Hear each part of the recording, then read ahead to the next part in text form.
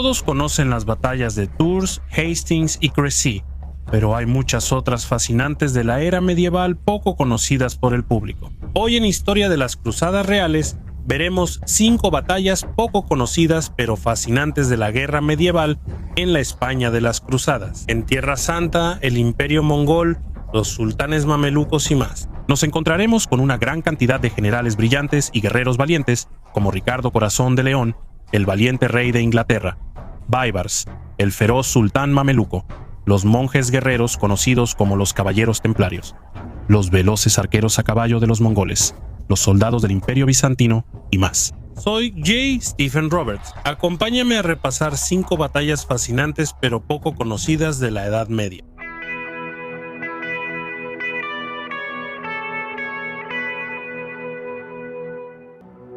Sobre las cruzadas en Tierra Santa, las batallas de Antioquía, Hattin y Arsuf son las más destacadas. Los primeros reyes de Jerusalén defendieron tenazmente su posición en Tierra Santa ante grandes ejércitos sarracenos. Uno de estos reyes, Balduino II de Jerusalén, casi lo perdió todo cuando fue capturado por su mayor enemigo. El número 5 es Balduino II de Jerusalén contra el Atabeg al-Bursuki, la batalla de Azaz en 1125 de...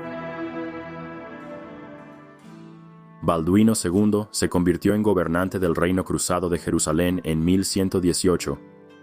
Fue uno de los cruzados francos que capturaron Jerusalén en 1099 y ya estaba casado cuando se volvió rey. La esposa de Balduino era Morfia, hija de Gabriel, el rico señor armenio de Melitene.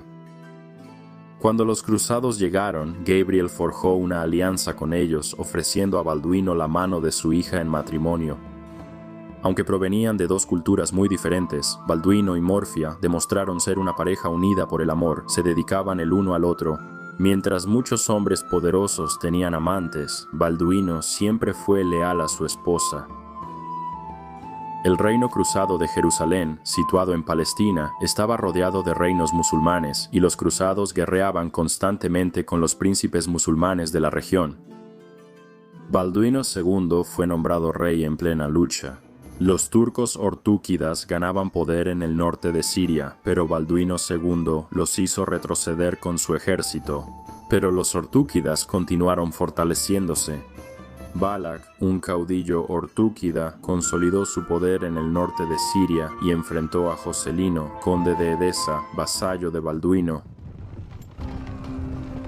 En septiembre de 1122, el conde Joselino y su caballero, Walerán, fueron emboscados por la caballería de Balak cerca de Saruj, al suroeste de Edesa. Joselino, en desventaja numérica, intentó contraatacar junto a su pequeña fuerza contra las filas de Balak, pero la lluvia embarró el campo. El cronista Fulker de Chartres relata que Joselino, conde de Edesa, fue capturado junto a su pariente Walerán.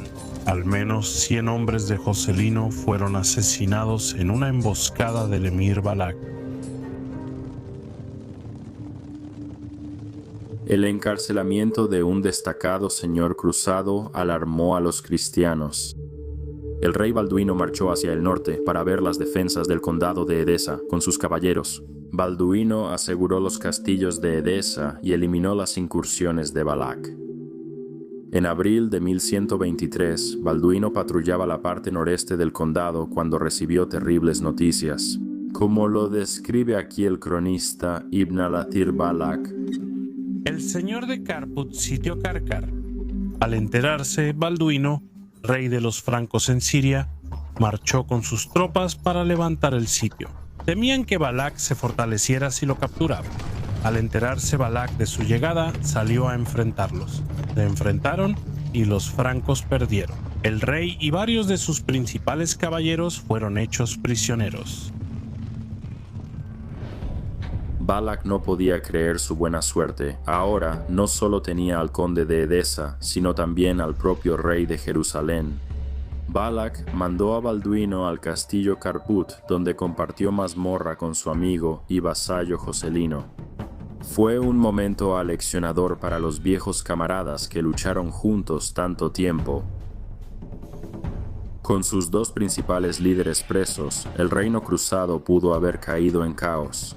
El hecho de que no sucediera es un testimonio de la fortaleza de las instituciones políticas francas. Caballeros y clero del reino de Jerusalén trabajaron juntos para asegurar el reino. El patriarca de Jerusalén, Barmund, el principal clérigo del reino y amigo cercano de Balduino, convocó un consejo de los grandes hombres para asegurar la administración y determinar cómo ayudar al rey. Mientras tanto, Morfia, reina de Jerusalén y esposa de Balduino, se perturbó al saber de la captura de su esposo. En ese momento, ella estaba en Jerusalén con sus 4 hijas, desde la adolescente Melisande hasta la pequeña Joveta de 4 años.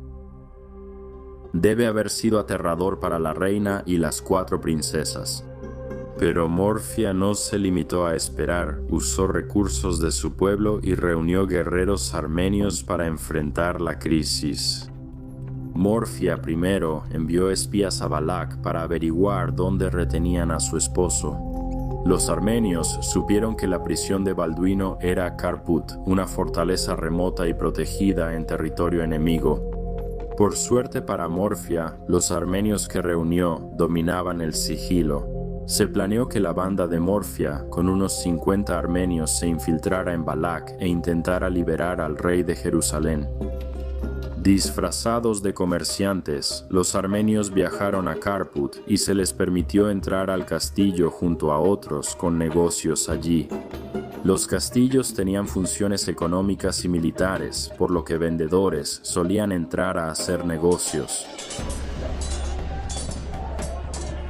Ya dentro, los armenios se quitaron los disfraces, sacaron espadas y atacaron a la guarnición turca. Sorprendidos, los hombres de Balak fueron superados y asesinados rápidamente. Los armenios liberaron a Balduino y Jocelyn y les dieron espadas. Balduino, Jocelyn y los francos se aliaron con los armenios para tomar el castillo y eliminar a la guarnición. Algunos de los caballeros francos todavía tenían cadenas en los brazos mientras abatían a los sorprendidos soldados turcos. Luego, el rey y el conde quedaron como dueños de Karput, con guerreros armenios para defenderla. Balduino seguramente agradecía a Dios por tener una esposa tan ingeniosa como Morfia. La toma armenia de Karput fue una gran hazaña. Con una pequeña fuerza, estos guerreros infiltraron un castillo fortificado, vencieron a los defensores y tomaron el control en una operación brillante. La situación era peligrosa. Karput estaba en el reino de Balak y Balduino sabía que no podría mantenerlo mucho tiempo. Casi de inmediato llegaron refuerzos turcos y comenzaron a rodear el castillo. Era solo cuestión de tiempo antes de que Balak llegara con sed de venganza. Para empeorar, el rey descubrió que el harén de Balak tenía muchas mujeres armenias cristianas que ayudaron en la toma del castillo. En la batalla entre guerreros armenios, mujeres y francos liberados de las mazmorras, el rey debía considerar a varias personas. No podía sacar a todos de Karput, Balak los capturaría y ejecutaría. Balduino optó por enviar a Jocelyn y 2 armenios a salir del territorio de Balak y buscar ayuda en los estados cruzados. Si los cruzados podían llevar un ejército a Karput, Balduino podría resistir. Jocelyn aceptó y el plan inició. Es curioso que el rey no huyera del castillo él mismo, aunque pudo hacerlo fácilmente. Sin embargo, decidió quedarse en esa situación peligrosa, con quienes lucharon valientemente por su libertad. En plena noche, Jocelyn, acompañado por 2 guerreros armenios, se deslizó por las murallas de Karput, sin ser vistos. Los 3 lograron pasar. Las fuerzas turcas acamparon fuera del castillo. Jocelyn y sus compañeros cruzaron el dominio de Balak, escondiéndose de día y avanzando de noche. Jocelyn finalmente cruzó el Éufrates y entró a su condado de Edesa. Un campesino reconoció a Jocelyn y lo recibió alegremente, pues él había sido generoso con su familia. Con la ayuda de este campesino y otros lugareños, Jocelyn regresó a su fortaleza de Turbasel, donde sus hombres se alegraron de su regreso. Jocelyn cabalgó a Antioquía y exigió al patriarca Bernardo que se uniera para reunir un ejército y rescatar al rey, pero Bernardo se negó, alegando que era demasiado peligroso.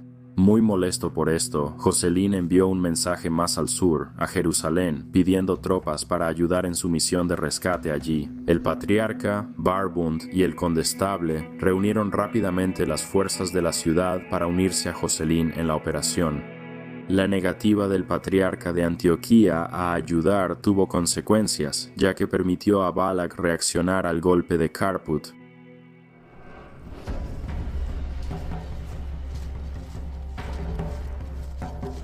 Balak llevó rápido a su ejército ante Carput y rodeó el castillo.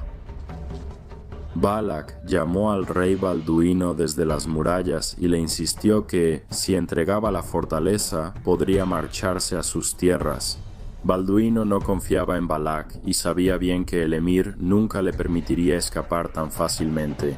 El cronista cristiano Guillermo de Tiro relata la escena. El rey, sin embargo, confiaba en la fortaleza de la ciudadela y esperaba que, con la ayuda de quienes se le habían unido allí, pudiera resistir por la fuerza hasta que llegara ayuda. Rechazó las condiciones y siguió defendiendo la fortaleza con vigor. Furioso, Balak trajo su equipo de asedio y atacó los muros del castillo. Armenios y francos defendieron valientemente, esperando la llegada de Jocelino con refuerzos. Las máquinas de asedio de Balak vencieron, derribaron el muro y los turcos irrumpieron en el castillo. El emir fue implacable, juntó a todos los armenios, incluso mujeres, y los lanzó a la muerte desde los muros del castillo. Solo el rey Waleron y algunos francos sobrevivieron por ser demasiado valiosos para matarlos. Este debió ser un momento devastador para el rey, que lo arriesgó todo por estos héroes. Baldwin debió preguntarse qué pasó con el rescate de Jocelino, sin saber que Bernardo, patriarca de Antioquía, no dio la ayuda necesaria. El rey Baldwin y Walerund fueron llevados más al interior del territorio de Balak, a la fortaleza de Harán. Jocelino avanzaba con las fuerzas de Edesa y Jerusalén solo para descubrir el destino de Carput. Harán estaba demasiado lejos para llevar a cabo una misión de rescate. Descorazonado, el conde Jocelino regresó, seguramente maldiciendo al patriarca de Antioquía.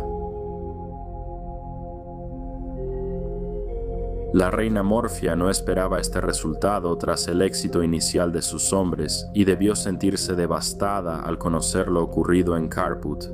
Sin embargo, se negó a rendirse y rápidamente envió un mensaje a Balak para negociar la libertad de su esposo. Las cosas comenzaron a salir mal para Balak cuando el emir de Menbik, uno de sus vasallos, se rebeló. Balak llegó con su ejército para sofocar la rebelión, pero una flecha perdida lo alcanzó mientras se desangraba en su tienda. Balak murmuró que su final sería un desastre para los musulmanes. Timur-Tash, pariente de Balak, asumió el poder entre los ortíquidas. Timur-Tash era menos belicoso que Balak y solo buscaba aprovecharse del rey Balduino rápidamente. Entregó al rey franco al emir de Shisar, sultán, pidiéndole que negociara un precio elevado con los francos. Para la liberación de su rey, la reina Morfía se unió al conde Jocelino en el condado de Edesa para organizar la liberación del rey. Timur-Tash exigió un precio alto, quería 80,000 dinares y las fortalezas de Atareb, Asas, Cafarteb y Sardana. 20,000 dinares debían entregarse por adelantado. Junto con rehenes prestigiosos, la hija menor de Balduino, la princesa Joveta y el hijo de Jocelino, también llamado Jocelino, un niño de 11 años. Eran condiciones difíciles, pero la reina y el conde las aceptaron. La princesa y el joven Jocelino serían custodiados por su propio séquito de francos y armenios. En Shisar, el emir sultán de Shisar tenía buenas relaciones con los cruzados y Morfía, y Jocelino creía que los rehenes serían bien tratados durante su estancia en la casa del sultán. Después de la entrega de los rehenes, tras pagar la primera parte, el rey Balduino fue liberado y montó el mismo semental en que lo capturaron. Salió de Harán en junio de 1124 y fue a Shizar para ver a los rehenes y hablar con el sultán. El rey verificó que los rehenes y sus acompañantes tenían lujosos alojamientos en Shizar. El sultán recibió a Balduino como invitado de honor y le ofreció un lujoso banquete. Finalmente, Balduino partió y para agosto llegó a Antioquía, donde por fin se reunió con su amada esposa y la reina Morfia, y su compañero de armas, el conde Joselino. En Antioquía, el rey Balduino cumplió los términos de su rescate. Sin embargo, nuevamente el patriarca Bernardo de Antioquía fue un obstáculo. El castillo prometido a Timur Tash era parte del Principado de Antioquía, y Bernardo insistió que Balduino no tenía derecho a entregarlos al enemigo, fuera voluntario o no. Finalmente, Balduino aceptó que Bernardo tenía razón y envió un mensaje a Timurtaj informándole, con disculpas, que no podía cumplir el acuerdo original hecho por su esposa y su vasallo. Timurtaj, un hombre mucho más suave que el difunto Balak, aceptó modificar el trato y simplemente pidió el resto del rescate. Balduino tenía pocos fondos. Como Timurtaj mostró debilidad, Balduino decidió presionarlo más. Junto al conde Joselino, atacó Alepo, centro del poder ortáquida. Fouquer de Chartres relata que Balduino buscaba que Timurtaj soltara a los rehenes o capturar la ciudad, que sufría hambruna. En ese momento, Timurtaj descuidó la defensa de Alepo, se quedó en la fortaleza ortáquida de Margin e ignoró las súplicas de ayuda de la guarnición de Alepo. Balduino y sus aliados sitiaron la ciudad durante 3 meses. Desesperados, los defensores musulmanes enviaron una embajada al gobernante de Mosul, el Atabeg il-Bursuki. Con Balak muerto, Bursuki vio la oportunidad de expandir su poder en el norte de Siria. De inmediato, Bursuki envió a sus oficiales para tomar el control de la guarnición en Alepo. Mientras tanto, Bursuki formó una alianza con el poderoso emir de Damasco. Combinando sus ejércitos, salieron para liberar Alepo. Al enterarse de su avance, Balduino se retiró, regresando a Antioquía en enero de 1125. El cronista árabe Ibn al-Qalanisi relata cómo esto fortaleció la reputación de Bursuki. Por esta noble acción, il-Bursuki ganó mérito y renombre. Al llegar a Alepo, la gobernó con rectitud y protegió a su gente. Hizo todo lo posible para defender la ciudad y alejar al enemigo. Como gobernante de Mosul y Alepo, Bursuki recibió apoyo del sultán en Bagdad y Todikin de Damasco se sometió como vasallo. Bursuki era ahora el príncipe musulmán más poderoso del norte de Siria y estaba listo para lanzar una gran campaña contra el rey Balduino. En mayo, Bursuki y Todikin invadieron las tierras cruzadas. Saquearon y capturaron el fuerte de Keparteb en el Principado de Antioquía y sitiaron Sardana. El rey Balduino respondió rápido, reunió al ejército de Jerusalén y los caballeros de Edesa con Joselín se unieron. Balduino condujo a los cruzados hacia Sardana. Ante este avance, Bursuki se retiró, moviéndose al noreste para atacar el castillo cruzado de Asaz. Balduino lo siguió. El 11 de junio de 1125 cruzados y turcos libraron una de las batallas más feroces de las cruzadas. Los cruzados eran minoría. Bursuki y Todikin, confiados en su número, atacaron directo. Balduino y Joselín ejecutaron una retirada fingida, atraídos por la estratagema. Los turcos los persiguieron hasta un lugar previamente planeado. Los cruzados giraron y cargaron. Fouquer de Chartres relata el momento. Nuestro rey, al ver esto, no dudó. Armado con la oración y la cruz, gritó: Dios, ayúdanos, con un fuerte toque de trompetas. Atacó a los turcos y ordenó a sus hombres hacer lo mismo, pero no iniciaron hasta la orden del rey. Los turcos resistieron valientemente al principio. Entonces, por la voluntad del creador del universo, se marchitaron en la desesperación y se confundieron por la gran carnicería, y aquellos que pudieron se dieron la vuelta y huyeron dispersos. El cronista musulmán Ibn al-Jalanisi también narra la batalla entre ambos ejércitos. El ejército musulmán fue derrotado y dispersado, sufriendo muchas bajas y cautivos. Las fuerzas musulmanas huyeron en desorden, perseguidas por los cruzados que se apoderaron de su equipaje. La batalla fue una victoria decisiva para los cristianos. Con el botín, el rey Balduino reunió fondos para rescatar a su hija y al hijo de Jocelyn. La princesa Joveta y el joven Jocelyn se reunieron con sus familias. Bursuki huyó a Mosul, donde su prestigio colapsó. Un año después, Bursuki fue apuñalado hasta la muerte en la gran mezquita de Mosul por la notoria Orden de los Asesinos.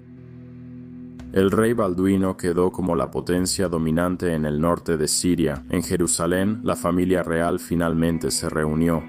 Sin duda fue un gran alivio para la reina Morfia tras perder a su esposo y luego a su hija. Balduino y Morfia se mantuvieron unidos como gobernantes y esposos fieles hasta el final. Durante su mandato, los estados cruzados prosperaron y aumentaron su poder. Todos han escuchado sobre las grandes victorias de Ricardo Corazón de León sobre Saladino en Arsuf y Jaffa. Pocos conocen una de sus campañas más brillantes, que aseguró el control cristiano de la costa de Tierra Santa por un siglo. La cuarta es la guerra de Ricardo Corazón de León para capturar Chipre del rebelde Isaac Comneno. En 1189, mientras un ejército cruzado sitiaba Acre en Tierra Santa, Ricardo Corazón de León, hijo de Enrique II de Inglaterra, se preparaba para la cruzada. Un hombre culto y elocuente dotado para la música y la poesía, Ricardo también era un guerrero y comandante de primer nivel. Cuando ascendió al trono de Inglaterra a los 32 años, estaba en la cima de su destreza, habiéndose demostrado un conquistador eficaz desde su adolescencia. Alto con cabello rojo dorado y ojos azules intensos, Ricardo lideraba desde el frente, cabalgando junto a sus hombres hacia el corazón del peligro. Sus soldados le eran intensamente leales. El Corazón de León era imponente. Tras coronarse, Ricardo se dedicó por completo a su cruzada. Era un cristiano ferviente y sentía la obligación, como rey, de rescatar los lugares sagrados en Oriente. También compartía los ideales poéticos de su época, que veían la cruzada como máxima valentía. Además de los fondos recaudados por el diezmo de Saladino, Ricardo comprometió su riqueza personal a la cruzada. Vendió muchas de sus propiedades para financiar su campaña militar. Ricardo reunió una gran flota y ejército, demostrando gran habilidad administrativa por su eficiencia y eficacia. Las habilidades de Ricardo como organizador y planificador fueron clave en su éxito más que su valor personal. Este era un gobernante tan cómodo al frente de su ejército como atendiendo las tediosas labores de la administración. Por su parte, el rey Felipe II de Francia, a sus 25 años, era muy diferente a Ricardo. Felipe, delgado, enfermizo y ciego de un ojo, sentía gran envidia de Ricardo, aunque era su vasallo. Aunque tenía desventajas, Felipe era calculador, astuto y sin escrúpulos para buscar sus intereses, obsesionado con la victoria de su dinastía Capeto sobre los Plantagenet. Felipe, a diferencia de Ricardo, no sentía un llamado a la cruzada, pero la presión del ambiente lo llevó a unirse. En Europa, su organización fue parcial y su fuerza mal financiada. Felipe carecía de la lealtad de Ricardo y su control sobre los vasallos siempre fue débil. Ricardo y Felipe partieron en julio de 1190 rumbo al este por mar. Ambos reyes hicieron una parada en Sicilia camino a Tierra Santa. Aquí surgieron tensiones entre Ricardo y Tancredo, el gobernante. Tancredo asumió el trono tras la muerte del rey Guillermo II de Sicilia, esposo de la hermana del rey Ricardo, Juana. Actualmente Tancredo tenía a Juana prisionera. Ricardo exigió que la liberaran junto con la totalidad de su dote. Tancredo se resistió, pero Ricardo lo venció rápidamente y rescató a Juana. Desde entonces, Juana acompañó a Ricardo en la cruzada. A diferencia de sus otros hermanos, Ricardo y Juana eran cercanos y compartían personalidad. Corazón de León, amante de la música, la poesía y los caballos, añadió la dote de su hermana a su cofre de guerra ya bien financiado. A finales de marzo de 1191, Felipe zarpó hacia Tierra Santa. Ricardo se quedó para ver a su madre Leonor, que llegó a Sicilia con Berenguela, hija del rey de Navarra. La princesa española sería esposa de Corazón de León, quien la recibió con gran pompa. Ricardo zarpó a Tierra Santa el 10 de abril. Sin embargo, el viaje de Ricardo fue obstaculizado por una gran tormenta. Varias embarcaciones se desviaron de su rumbo y naufragaron en la costa de la isla de Chipre. Chipre, conocida por viñedos y cedros, fue mucho tiempo posesión bizantina. 5 años antes, Isaac Ducas Comneno, un rebelde de la familia imperial, tomó el control de la isla. Se declaró legítimo emperador de Bizancio para desafiar al emperador y conservar el poder. En Constantinopla, Isaac se alió con Saladino al saber de la desgracia de barcos de Corazón de León y envió hombres a saquear los restos y capturar sobrevivientes. Pero un barco destacó para Isaac, el Real, que llevaba a la hermana de Ricardo y su futura esposa. Esta embarcación no se hundió, pero fue desviada como otras y el 24 de abril ancló en la costa sur de Chipre, cerca de Limassol.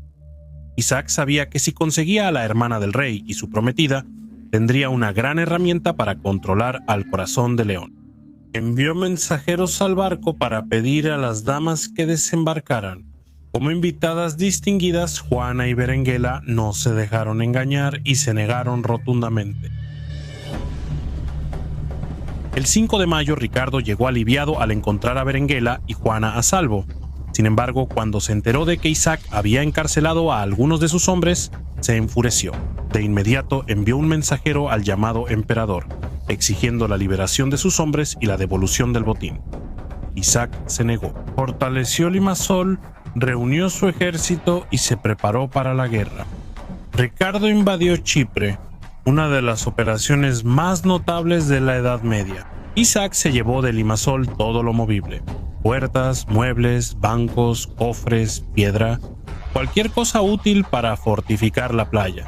Isaac entonces colocó a su ejército en una posición defensiva. Detrás de defensas improvisadas, Ricardo y sus hombres no se intimidaron. Remaron a la orilla en botes y saltaron a la playa. Los arqueros de Isaac dispararon flechas y Ricardo lideró la carga contra el enemigo. Frente a la furia del Corazón de León, los hombres de Isaac huyeron. Ricardo entró en Limassol, donde sus hombres hallaron mucho vino, carne y grano. Isaac se retiró y acampó a unos 8 kilómetros de la ciudad. Declaró su intención de dar batalla al día siguiente y luego se dispuso a dormir esa noche. Ricardo descargó sus caballos y los ejercitó bajo la luna, mientras sus exploradores vigilaban a Isaac. Al despertar al día siguiente, Isaac halló su campamento rodeado. Ricardo atacó y las fuerzas de Isaac fueron derrotadas.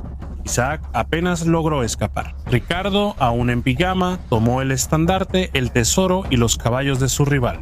Esta victoria hizo que muchos aristócratas locales se sometieran al Corazón de León. El 11 de mayo, al disminuir su apoyo, Isaac pidió la paz.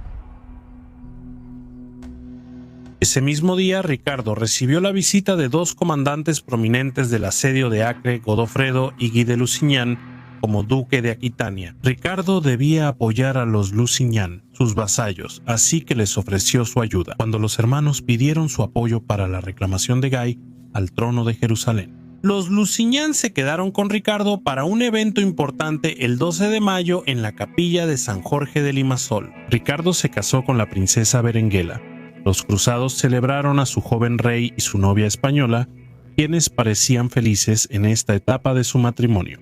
El obispo normando Juan de Ebro coronó a Berenguela como reina de Inglaterra, celebrando así el triunfo tras la captura de Limassol. Isaac fue con Ricardo a confirmar la paz, pero Ricardo, informado por sus espías, sabía que era una artimaña. El aspirante a padre emperador solo estaba ganando tiempo y evaluando los planes de Ricardo Corazón de León. Después del almuerzo, Isaac se escabulló del campamento. Ricardo solo sonrió al recibir la noticia. Ahora tenía la excusa para conquistar Chipre. Ricardo entregó parte de su ejército a Guy de Lusignan para perseguir a Isaac. El rey dividió sus fuerzas en 2 escuadrones navales que rodearon la isla, capturando fortalezas y barcos enemigos. Tras este recorrido, Ricardo volvió con sus tropas a Limassol. Aquí se reunió con Guy, quien no capturó a Isaac, pero aseguró la lealtad de más terratenientes. Isaac se retiró con sus tropas a los castillos del norte, en las montañas Bufavento, Cántara y San Hilarión. Isaac intentó resistir, pero Ricardo lo convenció. Corazón de León debía seguir a Tierra Santa, y después Isaac podría bajar de las montañas y retomar el control de Chipre. Era un plan muy poco realista en el mejor de los casos. Sin embargo, cuando Isaac se enteró de que Ricardo había tomado el castillo costero de Carinia, junto con la propia hija de Isaac, el pseudoemperador perdió toda voluntad de resistir. Se rindió, solo pidió que no lo encarcelaran. Ricardo aceptó los términos con grilletes de hierro y mandó hacer unos de plata para su oponente derrotado. La hija de Isaac fue puesta bajo la custodia de la reina Berenguela y la dama Juana. Para el 1 de junio, toda Chipre era de Ricardo Corazón de León. Su conquista de la isla a veces se ve como un preludio distractor de la acción principal, pero en realidad fue uno de los logros más importantes de la Tercera Cruzada. Chipre era una isla rica y estratégicamente ubicada justo frente a la costa de Siria-Palestina. Tener esta isla ofrecía valiosas provisiones y un sitio ideal para planear futuras cruzadas. Tras su victoria, Ricardo usó Chipre para abastecer de comida y caballos a los cruzados en el asedio de Acre. Chipre tendría un papel similar en las cruzadas y sería posesión de la cristiandad latina por 4 siglos.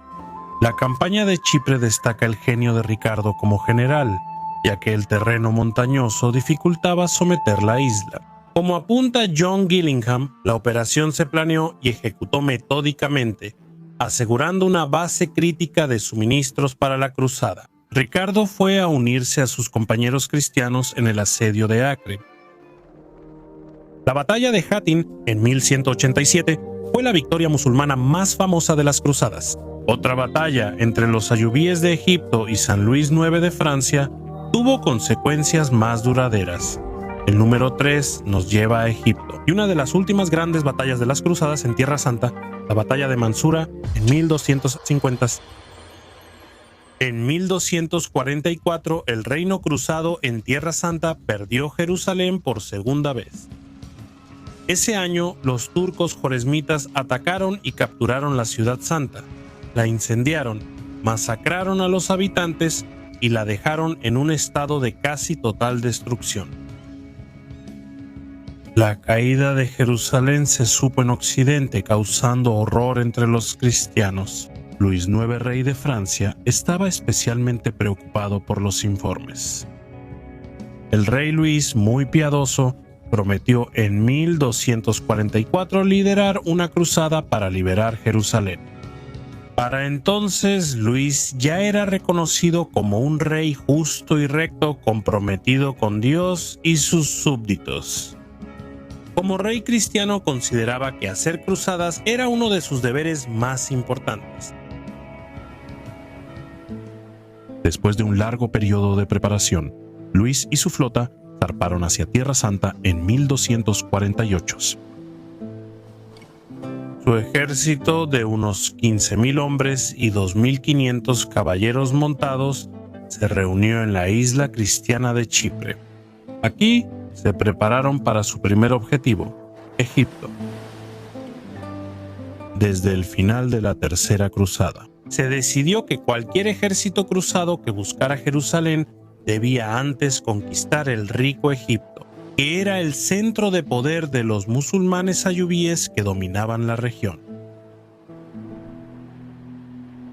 La flota de Luis partió de Chipre en mayo de 1249. A principios de junio llegaron a la ciudad costera de Damieta, la puerta de entrada a Egipto.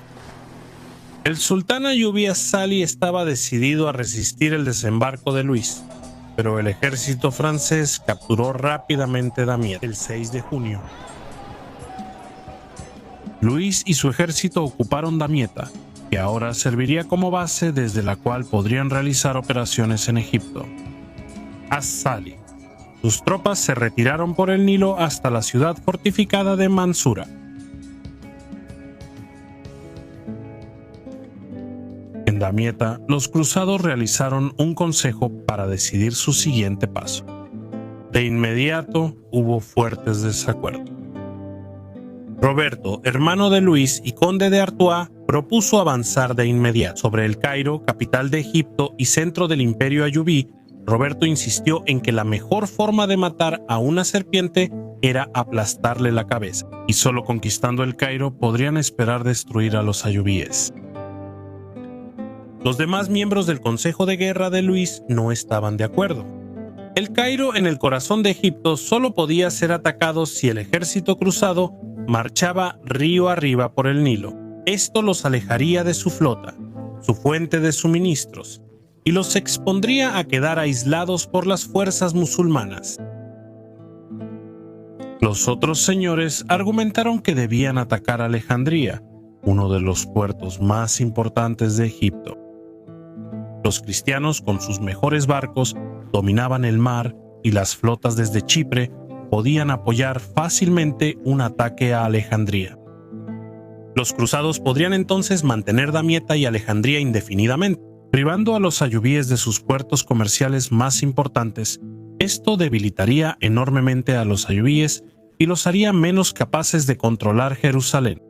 Roberto se opuso firmemente a esta estrategia, considerándola demasiado cauta e ineficaz. Luis apoyó a su hermano y rechazó el consejo de los demás. Para Luis, la rápida caída de Damieta era señal de que Dios bendecía la cruzada. Para Luis era momento de dar un audaz salto de fe. Ordenó a sus caballeros que se prepararan para avanzar hacia el sur. El 20 de noviembre los cruzados iniciaron su lenta marcha por el Nilo. Luis cuidó sus líneas de suministro con Damieta. Tras un mes llegaron a la protegida ciudad de Mansura. El miedo se extendía por Egipto debido al sultán. As-Salih murió y su heredero estaba lejos, en Siria. Para mantener el orden, mientras el nuevo sultán viajaba a Egipto, el emir Fakir al-Din tomó el control de las fuerzas ayubíes en Mansura y se preparó para resistir el ataque de Luis. Los cristianos finalmente llegaron a la orilla del Nilo, frente a Mansura. Acamparon entre el Nilo y un afluente llamado Bahr al-Sayer. El 7 de febrero de 1250, los lugareños señalaron a los cruzados un cruce seguro y el 8, los caballeros franceses empezaron a cruzar el río. Los primeros en cruzar fueron las fuerzas avanzadas lideradas por el conde Roberto de Artois, reforzadas por templarios, hospitalarios y jinetes ingleses liderados por Guillermo Longspie. Roberto ordenó asegurar la cabeza de puente y esperar al ejército. Sin embargo, Roberto rápidamente lideró el ataque contra el campamento militar musulmán frente a Mansura. El asalto tomó por sorpresa a los musulmanes y Fakr al-Din fue asesinado en el combate. Pánicos hicieron que las fuerzas egipcias se retiraran a Mansura. Animado por su éxito, Roberto trató de aprovechar la ventaja y persiguió a las tropas ayubíes para capturar pronto la ciudad. Pero la suerte de Roberto terminó. Aunque su comandante murió, las fuerzas egipcias se reagruparon bajo el mando del mameluco Babars, quien lideró un contraataque en las calles de Mansura. La caballería de Roberto no pudo operar de manera efectiva. El conde Roberto fue asesinado en la lucha y su fuerza fue casi completamente aniquilada. Mientras tanto, el rey Luis IX y su caballería principal cruzaron el Bahr al-Sahir para descubrir que su fuerza de avanzada había sido destruida. Con el Nilo detrás, los cruzados se enfrentaban a un ejército ayubí confiado y listo para la batalla, bien posicionado ante Mansura.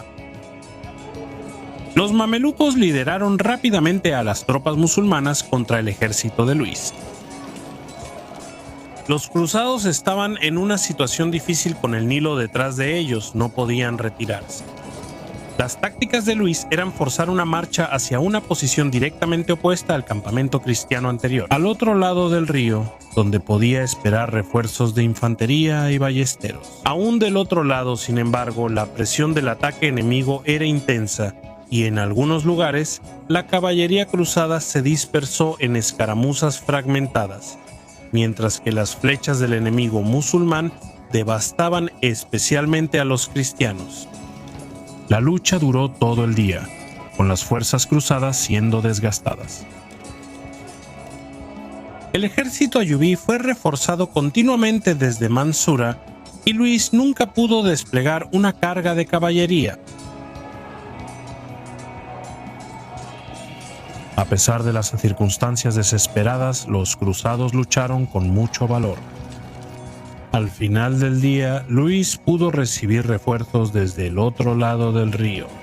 Los arqueros cristianos dieron fuego de cobertura y la caballería de Luis, aunque debilitada, no fue destruida por completo. La victoria, sin embargo, fue de los ayubíes, quienes se retiraron a Mansura confiados y bien posicionados. El camino a El Cairo seguía completamente bloqueado para los cruzados. La victoria musulmana en la batalla de Mansura reveló la debilidad en la estrategia de Luis IX. El rey llevó a su ejército a un callejón que amenazaba con ser una trampa mortal. A menudo se culpa al ataque fallido de Roberto de Artois en Mansura por la derrota general, pero la imprudencia del conde probablemente no cambió los problemas de la situación. Al final del día, las tropas de Luis estaban muy lejos de Damieta, enfrentándose a un gran ejército enemigo bien posicionado para defender Mansura. Las preocupaciones de quienes se opusieron al conde Roberto en el primer consejo en Damieta parecieron acertadas. Los mongoles formaron potentes ejércitos, pero ¿qué ocurrió al enfrentarse a los mamelucos, los grandes guerreros islámicos de la Edad Media? La segunda batalla presenta al general Baybars enfrentando a los mongoles en Ain Jalut en 1260, 30 años tras la muerte de Genghis Khan. Los mongoles siguen como una de las potencias más formidables. Con arqueros montados veloces y enormes ejércitos, han vencido casi todas las fuerzas en su camino. Monkey Khan, nieto de Genghis, encargó a su hermano Hulu someter a los enemigos occidentales de su imperio. A mediados del siglo XIII, los mongoles avanzaron notablemente a costa del mundo islámico. En 1258, Hulagu aniquiló Bagdad, la sede de los califas abasíes. Después entró en Siria y sometió a Alepo y Damasco. Ahora solo debía vencer a los mamelucos que gobernaban Egipto. Envió un mensajero a Qutuz, sultán de Egipto, diciendo: «Hemos conquistado grandes territorios y masacrado a la población. Nada nos detendrá, ni fortalezas ni ejércitos». Qutuz respondió decapitando a los enviados mongoles y exhibiendo sus cabezas en las puertas del Cairo, pero la muerte de Monkey impidió que Hulagu respondiera de inmediato. Hulagu partió del Levante hacia Mongolia para unirse a las disputas políticas que siempre seguían a la muerte del Gran Khan. Qutuz aprovechó para invadir territorios mongoles en Siria, pero los mongoles respondieron. Kitbuka, lugarteniente de Hulagu, supo que el ejército de Qutuz lo superaba al menos 2-1. Kitbuka salió al encuentro de los mamelucos con un ejército de 20,000 hombres. Kitbuka cruzó el río Jordán y entró en el valle de Ain Jalut, que según la tradición fue el sitio de la batalla entre David y Goliat. La batalla tuvo lugar el 3 de septiembre de 1260. Además de su ventaja numérica, los mamelucos conocían mejor el territorio.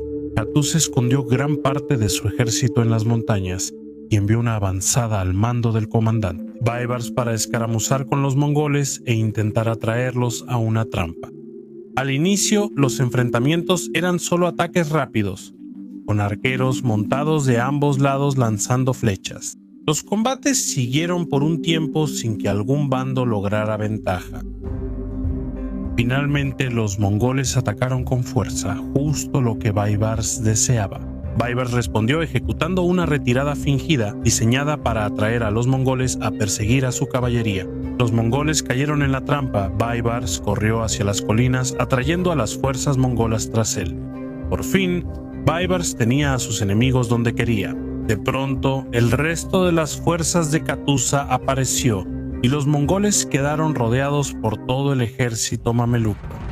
A pesar de esta situación desastrosa, los mongoles lucharon ferozmente para romper el cerco. La vanguardia de Jitbuka atacó al cuerpo principal mameluco y la segunda línea mongol giró a la derecha para superar el ala izquierda mameluca. Katuz observaba la batalla a distancia con su fuerza. Cuando vio que los mongoles estaban superando su ala izquierda, el sultán se quitó el casco para que todos sus hombres pudieran ver su rostro. «¡Oh, mi Islam!», exclamó. Envió su ala derecha para apoyar a la izquierda que se desmoronaba. El sultán luchó horas por recuperar ese lado. Finalmente los mongoles fueron rechazados y el lado izquierdo de los mamelucos fue restaurado. Katuz envió sus reservas a sus alas más alejadas para reforzar su posición en estos puntos vulnerables. En inferioridad numérica y exhaustos, la posición de los mongoles era ahora crítica. Tomando la delantera con su guardia personal, Katuz lanzó el asalto general final. Los mongoles pelearon con gran espíritu, pero los mamelucos los superaron en número. La fuerza principal de los mamelucos hizo retroceder a los mongoles, mientras sus alas avanzaron para flanquearlos por ambos lados. En este momento crítico, Jitbuka murió y los mongoles huyeron, sufriendo entre 5.000 y 10.000 bajas. Katuz, Baibars y los mamelucos lograron una victoria rotunda. La victoria mameluca en Ain Jalut se debió a la superioridad numérica de Katuz y su buen uso del terreno. Baibars jugó un papel crucial al atraer al ejército mongol a una trampa mortal. Ain Jalut también consolidó a los mamelucos como la principal potencia musulmana de la época. Tras la caída de los abasíes ante los mongoles, los mamelucos frenaron su avance y se consolidaron como defensores del Islam. Los conflictos internos del imperio mongol evitaron que respondieran a su humillación en Ain Jalut. La crisis de sucesión en Mongolia provocó que Hulagus se retirara y dejara a Jitbuka con pocas fuerzas para terminar la conquista de Siria y Egipto. En 5 años, la guerra civil fracturaría irremediablemente el enorme imperio mongol. Solo un mes después de su gran victoria en Ain Jalut, Katuz fue asesinado por la daga de un asesino durante una expedición de caza. Muchos sospechaban que Baibars estaba involucrado, y esa sospecha sigue hasta hoy. Sin duda, Baibars fue quien más se benefició de la muerte de Katuz, porque se convirtió en sultán de Egipto en octubre de 1260, coronando así una carrera militar ya brillante. Viajaremos a la España de la Alta Edad Media para la batalla final. Los árabes omeyas conquistaron casi toda la península, salvo un pequeño reino noroeste gobernado por el rebelde cristiano Pelayo. En 722, el príncipe Pelayo y sus guerreros enfrentaron a una fuerza omeya. La batalla de Covadonga, considerada la número 1, impactó el curso de la historia de España.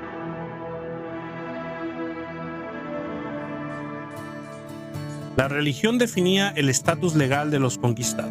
Según la ley islámica, cristianos y judíos eran gente del libro, es decir, quienes recibieron revelaciones divinas por escritos sagrados. Estos grupos no debían convertirse, pero sí someterse al gobierno omeya y pagar la yizia a las autoridades musulmanas. A quienes se rendían solían dejarles sus tierras, pero los sometidos por la fuerza perdían sus propiedades y podían ser esclavizados. Las tierras y propiedades confiscadas de la Iglesia y el Estado se repartían entre la élite musulmana, reservando una quinta parte para el califa. Los cristianos sujetos al dominio musulmán empezaron a adoptar algunas de las costumbres de los árabes. Llegaron a ser llamados mozárabes, es decir, como árabes. Había comunidades mozárabes en Toledo, Córdoba, Sevilla, Mérida y otras ciudades. Eran gobernados por obispos que respondían ante administradores musulmanes. Con el tiempo, muchos cristianos y judíos se hicieron musulmanes y sus hijos dejaron de pagar el impuesto de la yizia. Por eso las autoridades musulmanas no solían entusiasmarse con las conversiones. Los esclavos lograban libertad al convertirse. Los descendientes de conversos fueron despreciados mucho tiempo por la clase original de conquistadores árabes. Por años, solo los descendientes de los primeros colonos musulmanes podían ocupar los cargos más altos en sociedad y gobierno.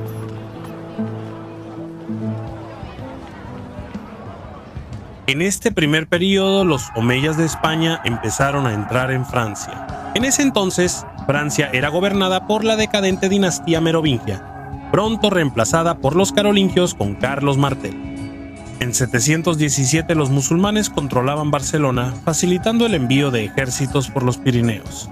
En 720 los omeyas tomaron Narbona.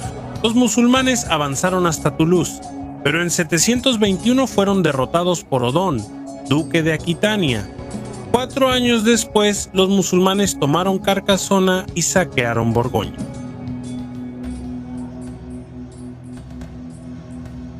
Desde los días de Tarik y Musa, las guarniciones musulmanas mantenían fortalezas en las zonas altas de la península ibérica.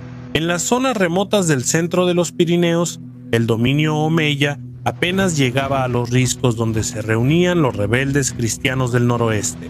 Eran visigodos que huían de los omeyas y montañeses de Cantabria y Galicia. Juntos, estos guerreros duros y resistentes sentarían las bases para el naciente reino de Asturias y la futura reconquista de España. El primer líder de esta resistencia cristiana fue un noble visigodo llamado Pelayo. Las fuentes sobre su vida son escasas y su origen sigue siendo oscuro. Se dice que era sobrino nieto del rey Rodrigo. Después, algunos dijeron que nació de la casa real, quizás para legitimar al reino de Asturias como sucesor de la monarquía visigoda. Es probable que Palayo solo fuera un noble audaz que inició la rebelión y reunió guerreros cristianos para su causa. La crónica de Alfonso III del siglo IX nos cuenta sobre el levantamiento de Palayo. La crónica describe a Palayo como el portaespadas de los reyes visigodos. Palayo, como otros nobles visigodos, aparentemente se había sometido a Munuza, lugarteniente de Tarik y gobernador de Guión. Munuza se sintió atraído por la hermana de Palayo, así que envió a Palayo a Córdoba en una misión diplomática. Después de que Palayo partió en este viaje, Munuza tomó a la hermana de Palayo como una de sus esposas. Palayo se enfureció al enterarse. De inmediato renunció a su sometimiento a los omeyas, reunió a un grupo de rebeldes a su alrededor y se internó en las montañas para iniciar una resistencia. Esta historia, al venir de un relato posterior, no puede confirmarse ni descartarse por completo. Historiadores dicen que esta historia parece demasiado buena para ser verdad y podría tener elementos añadidos o ser en parte legendaria. Pero por otro lado, si algún día descubriéramos que la historia realmente está basada en hechos, no sería la primera leyenda que nos sorprende por ser verídica. La historia confirma que tras la conquista árabe, Palayo lideró una rebelión cristiana en Asturias y los omeyas intentaron sofocarla. El emir envió una fuerza expedicionaria al norte, liderada por el general Alcama, acompañado por el obispo Alpas de Sevilla, uno de los visigodos que traicionó a Roderico en la batalla de Guadalete. La crónica de Alfonso III describe el encuentro, pero la batalla posterior sigue siendo poco clara. Palayo y sus fuerzas se refugiaron en una cueva del monte Alceba, donde el ejército musulmán los rodeó. Alcama envió al obispo Opas a negociar con Palayo. Opas instó a Palayo a rendirse, insistiendo en que sería recompensado con grandes riquezas si se sometía a los omeyas. Pelio se negó. Alcama entonces lanzó sus fuerzas contra los hombres de Palayo y la batalla comenzó ahí. Entre acantilados y riscos, los montañeses cristianos vencieron y derrotaron a los musulmanes, huyendo por el terreno traicionero. Los hombres de Palayo los persiguieron y mataron a muchos. Varios soldados de Alcama murieron en una avalancha o ahogados en el río. Alcama fue asesinado y el obispo Alpas capturado. Munuza dejó sus fortalezas en las Asturias y se confirmó el dominio de Palaio en la región. Él fundó un santuario a la Virgen María en Cobodonia, donde aún hay una iglesia en su honor. Este es nuestro relato más detallado de la batalla de Cobodonia ganada por Palaio en 722. Los detalles de la batalla provienen de una fuente posterior, la crónica de Alfonso III. Sin embargo, los detalles básicos. Una rebelión cristiana en las montañas cántabras liderada por Palaio y que resultó en el establecimiento del reino de Asturia está respaldada por una carta de 812, la crónica profética de 883 y también por fuentes musulmanas. Ibn Hayyan relata que los cristianos de España solo resistieron a los omeyas cuando fueron incitados por un bárbaro llamado Palai, quien huyó con sus seguidores a una montaña y vivían de miel silvestre. Isa ibn Ahmad al-Razi relata lo mismo y otros autores musulmanes cuentan hechos similares. Los historiadores musulmanes de la época omiten la victoria de Palaio en Cobodonia, mencionando solo que las tropas musulmanas tuvieron problemas para entrar en las montañas. Se retiraron dejando a Palaio y sus hombres controlando la región. Un cronista musulmán minimiza la rebelión de Palaio, que son 30 bárbaros sobre una roca. Inevitablemente morirán. En retrospectiva, este desprecio nos parece una tontería. No solo sobreviviría Palaio, sino que su reino crecería y finalmente expulsaría a los musulmanes de España. Sin embargo, podemos entender por qué los cronistas musulmanes despreciaban a estos cristianos advenedizos. Los emires omeyas de Córdoba apenas creían relevante este pequeño principado cristiano del norte. La victoria de Palaio en Covadonga fue un revés menor. Solo hasta finales del siglo VIII los musulmanes dominaban. La vasta extensión de España y los herederos de Palaio en Asturias aún parecían poco importantes. Al este de Palaio, el duque Pedro gobernaba Cantabria. Su hijo Alfonso se casó con Ermesinda, hija de Palaio, uniendo ambos reinos. La guerra civil omeya hizo que los bereberes dejaran las llanuras del norte en 741. Así, Alfonso I de Asturias, yerno de Palaio, avanzó al sur hasta Goria. En 754, Alfonso tomó las ciudades abandonadas por los bereberes en las llanuras del Duero, llegando hasta Salamanca, Ávila, Segovia y Miranda de Ebro. Alfonso temía no poder mantener estas ciudades si había un contraataque musulmán, así que devastó la región, quemando todas las fortificaciones y llevándose a los cristianos locales con él a su dominio en el norte. Así, Alfonso dejó al sur de su territorio cientos de millas cuadradas devastado. Por siglos, el Valle del Duero fue tierra de nadie, separando dominios cristianos y musulmanes. Únete a mi Patreon para acceder a contenido exclusivo y material extra de mi trabajo. Haz clic en el enlace de Patreon en pantalla o en la descripción para Real Crusades History. Mira nuestro video sobre la reina Isabel de España y la conquista de Granada en 1492. Haz clic en el enlace en pantalla. Nuestro video sobre la reina Isabel está enlazado en la descripción.